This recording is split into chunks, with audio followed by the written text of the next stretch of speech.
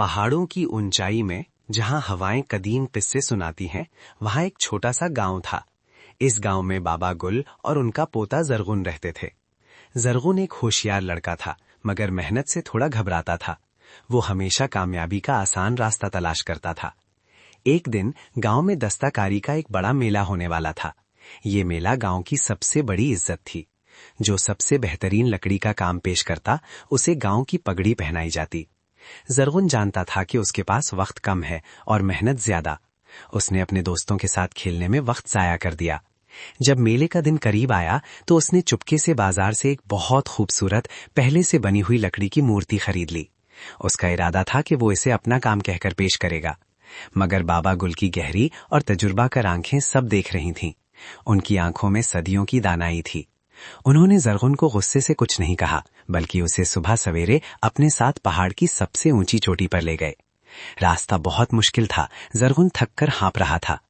वहां पहुंचकर बाबा गुल ने एक कदीम मजबूत पत्थर के बुर्ज की तरफ इशारा किया। देखो मेरे बच्चे, बाबा गुल ने कहा, ये बुर्ज हमारे आबाओ अजदाद ने अपने हाथों से बनाया था। एक एक पत्थर उनकी मेहनत और पसीने का गवाह है। जो चीज आसानी से मिल जाए उसकी कोई कीमत नहीं होती। एक सच्चे पठान की इज्जत उसके हाथों के छालों में होती है, उसके झूठ में नहीं। जरगुन का सर शर्म से झुक गया। उसके हाथ में वो खरीदी हुई मूर्ति थी जो अब उसे बहुत भारी लग रही थी। यहां पर एक लम्हे के लिए सोचिए। जरगुन के पास दो रास्ते थे। एक आसान झूठ जो उसे बिना किसी मेहनत के इज्जत दिला सकता था, और एक मुश्किल सच जिसमें सिर्फ रुसवाई थी। अगर आप जरगुन की जगह होते तो क्या चुनते, आसानी या अपना वजूद? जरगुन ने गहरी सांस ली। उसका दिल जोर से धड़क रहा था। उसने वो खरीदी हुई मूर्ति वहीं पहाड़ पर छोड़ दी और खाली हाथ गांव वापस आया। उसने अपने औजार उठाए और सारी रात चक्कर अपनी खुद की एक छोटी, थोड़ी खुरदुरी मगर सच्ची मूर्ति बनाई।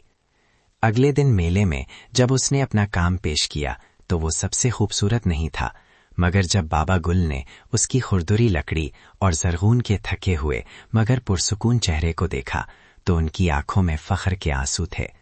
उन्होंने जरगुन के कंधे पर हाथ रखा और सबके सामने कहा, आज मेरे पोते ने सबसे कीमती चीज बनाई है, और वो है अपना किरदार।